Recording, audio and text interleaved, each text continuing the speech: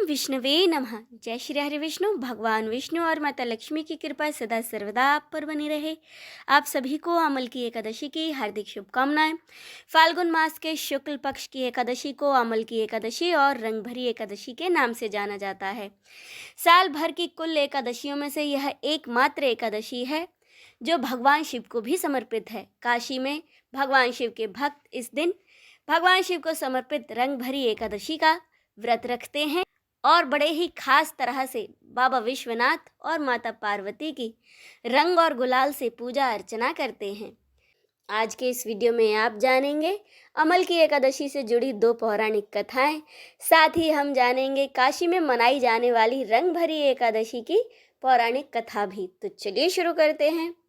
अमल की एकादशी या फिर रंग भरी एकादशी के दिन काशी में भगवान शिव की विशेष पूजा अर्चना की जाती है। काशी में रंग भरी एकादशी बड़ी ही धूमधाम से मनाई जाती है। पौराणिक मान्यताओं के अनुसार इस दिन भगवान शिव माता पार्वती को विवाह के बाद पहली बार गौना करके काशी लाए थे। रंग भरी एकादशी पर भगवान शिव के भक्तों ने उनका रंगों से स्वागत किया था। तभी से इस दिन भगवान शिव के भक्त शिव जी पर रंग, अबीर और गुलाल उड़ाकर खुशी मनाते हैं। इसी दिन से काशी में 6 दिनों का रंगों का उत्सव शुरू हो जाता है। मान्यता है शिवजी पर गुलाल चढ़ाने से जीवन सुखमय होता है। रंग भरी एकादशी का त्यौहार भगवान शिव और माता पार्वती के काशी आगमन का प्रतीक है। इस एकादशी को काशी की संस्कृति का हिस्सा माना जाता है। इस दिन भक्त भगवान शिव और माता पार्वती को प्रसन्न करने के लिए उनकी विशेष पूजा अर्चना करते हैं। भगवान शिव के भक्त उन्हें गुलाल अर्पित करते हैं। वहीं माता पार्वती को श्रृंगार का सामान अर्पित किया जाता है। मान्यता है माता को श्रृंगार का सामान चढ़ाने से सुख समृद्धि की प्राप्ति होती है। इस दिन रात में जागरण और भजन कीर्तन से भगवान शिव की विशेष कृपा प्राप्त होती है। इसके अलावा भगवान विष्णु के सामने इस दिन रात के समय 9 बातियों का दीपक जलाने की भी मान्यता है। अब सुने अमल की एकादशी व्रत कथा के अनुसार एक बार राजा मानधाता ने अपने गुरु वशिष्ठ से कहा कि गुरुदेव, यदि आप मुझ पर कृपा करें तो किसी ऐसे व्रत की कथा कहिए जिससे मेरा कल्याण हो। महर्षि वशिष्ठ बोले, हे राजन, सब व्रतों से उत्तम और अंत में मोक्ष देने वाली अमल की एकादशी व्रत का मैं वर्णन करता हूँ। यह एकादशी फाल्गुन माह के शुक्ल पक्ष में आती है। इसका व्रत करने से समस्त पाप नष्ट हो जाते हैं और इस व्रत का फल 1000 गौदान के फल के बराबर होता है। अब मैं आपसे एक पौराणिक कथा कहता हूँ, आप ध्यान पूर्वक सुनिए। एक वैदिश नाम का नगर था जिसमें ब्राह्मण, क्षत्रिय, वैश्य और शूद्र चारों वर्ण बड़े आनंद से रहते थे। उस नगर में सदैव वेद ध्वनि गूंजा करती थी तथा पापी, दुराचारी तथा नास्तिक उस नगर में कोई नहीं था। उस नगर में चैत्ररथ नाम का एक चंद्रवंशी राजा राज्य करता था। वह अत्यंत विद्वान तथा धर्मपरायण था। उस नगर में कोई भी व्यक्ति गरीब व कंजूस नहीं था। सभी नगरवासी भगवान विष्णु के भक्त थे और बालक, वृद्ध, स्त्री, पुरुष सभी एकादशी का व्रत किया करते थे। एक समय जब फाल्गुन मास के शुक्ल पक्ष की अमल की एकादशी आई तो उस दिन वहां के राजा, प्रजा तथा बालक और वृद्धों ने सबने बड़े ही हर्षपूर्वक व्रत किया। राजा अपनी प्रजा के साथ मंदिर में जाकर पूर्ण कुंभ स्थापित करके धूप, दीप, निवेद्य, पंचरत्न आदि से धात्री अर्थात आंवले का पूजन करने लगे और इस प्रकार उसकी स्तुति करने लगे। राजा कहने लगे, हे धात्री, तुम ब्रह्म स्वरूप हो, तुम ब्रह्मा जी द्वारा उत्पन्न हुए हो और समस्त पापों का नाश करने वाले हो। तुमको नमस्कार है। अब तुम मेरा अर्घ्य स्वीकार करो। तुम श्री रामचंद्र जी द्वारा सम्मानित हो। मैं आपकी प्रार्थना करता हूँ, अतः आप मेरे समस्त पापों का नाश करो। उस मंदिर में सबने रात्रि भर जागरण किया। रात के समय वहाँ एक बहेलिया आया जो अत्यंत पापी और दुराचारी था। वह अपने कुटुंब का पालन जीव हत्या करके किया करता था। भूख और प्यास से अत्यंत व्याकुल वह बहेलिया इस जागरण को देखने के लिए मंदिर के एक कोने में बैठ गया और उसने भगवान विष्णु तथा एकादशी तिथि का महात्म्य और कथा सुनी। इस प्रकार अन्य मनुष्यों की भांति ही उसने भी पूरी रात जागकर ही बिताई। प्रातःकाल होते ही सब लोग अपने अपने घर को चले गए और वह बहेलिया भी अपने घर को चला गया। घर जाकर उसने भोजन किया।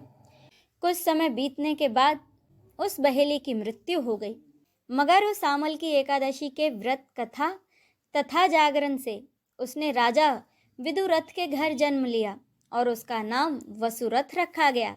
युवा होने पर वह चतुरंगिनी सेना सहित तथा धन धान्य से युक्त होकर 10,000 गांवों का पालन करने लगा।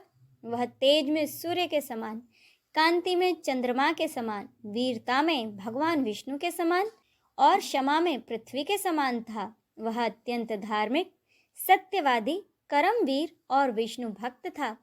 वह अपनी प्रजा का पालन एक समान भाव से किया करता था। दान देना उसका नित्य कर्तव्य था। एक दिन राजा शिकार खेलने के लिए गया। देवयोग से वह मार्ग भटक गया और दिशा ज्ञान न रहने के कारण उसी वन में एक वृक्ष के नीचे सो गया। थोड़ी ही देर बाद सोते हुए राजा पर पहाड़ी मलेच्छों ने यानी कि पहाड़ी डाकुओं ने आक्रमण कर दिया। मलेच्छ कहने लगे कि इसी दुष्ट राजा ने हमारे माता पिता, पुत्र पौत्र आदि अनेक संबंधियों को मारा है तथा देश से निकाल दिया है, अतः इसको अवश्य मारना चाहिए। ऐसा कहकर वे मलेच्छ उस राजा को मारने के लिए दौड़े और अनेक प्रकार के अस्त्र शस्त्र उसके ऊपर उन्होंने फेंके। वे सब अस्त्र शस्त्र राजा के शरीर पर गिरते ही नष्ट हो जाते और उनका वार फूल के समान प्रतीत होता। अब उन मलेच्छों के अस्त्र शस्त्र उल्टा उन्हीं पर प्रहार करने लगे, जिससे कि वे मूर्छित होकर गिरने लगे। उसी समय राजा के शरीर से एक दिव्य स्त्री उत्पन्न हुई।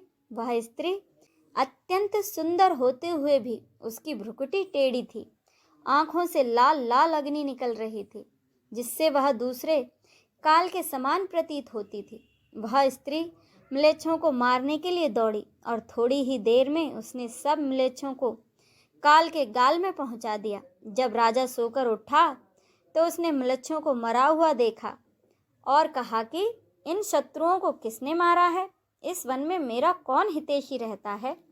वह ऐसा विचार कर ही रहा था कि आकाशवाणी हुई, हे राजन, इस संसार में भगवान विष्णु के अतिरिक्त कौन तुम्हारी सहायता कर सकता है? इस आकाशवाणी को सुनकर राजा अपने राज्य में आ गया और सुखपूर्वक राज्य करने लगा। महर्षि वशिष्ठ बोले, हे राजन, यह आमल की एकादशी के व्रत का प्रभाव था।